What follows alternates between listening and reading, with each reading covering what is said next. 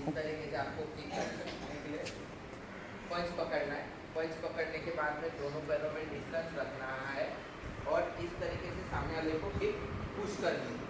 सामने वाले को किक कैसे पुश करनी है और कैसे मारने में बताओ। इस पोजीशन में हो आप, सामने वाले को आपको किक मार के रुका देना।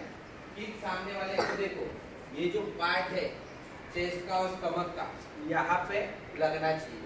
यहाँ पे जब पावरफुली किक लगेगा तो सामने वाला बैकआउट हो जाएगा और पीछे चले जाएगा।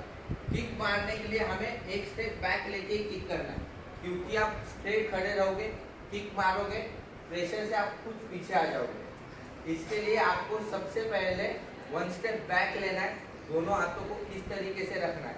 अगर आपकी किक मिस हो गई तो आप दोनों हाथों से जो पंच पकड़ा है आप पंच भी अटैक कर सकते हो। ओके,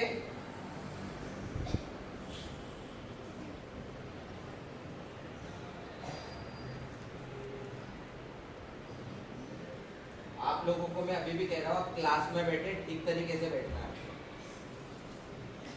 इनडिसिप्लिन मुझे कोई भी नहीं चलेगा।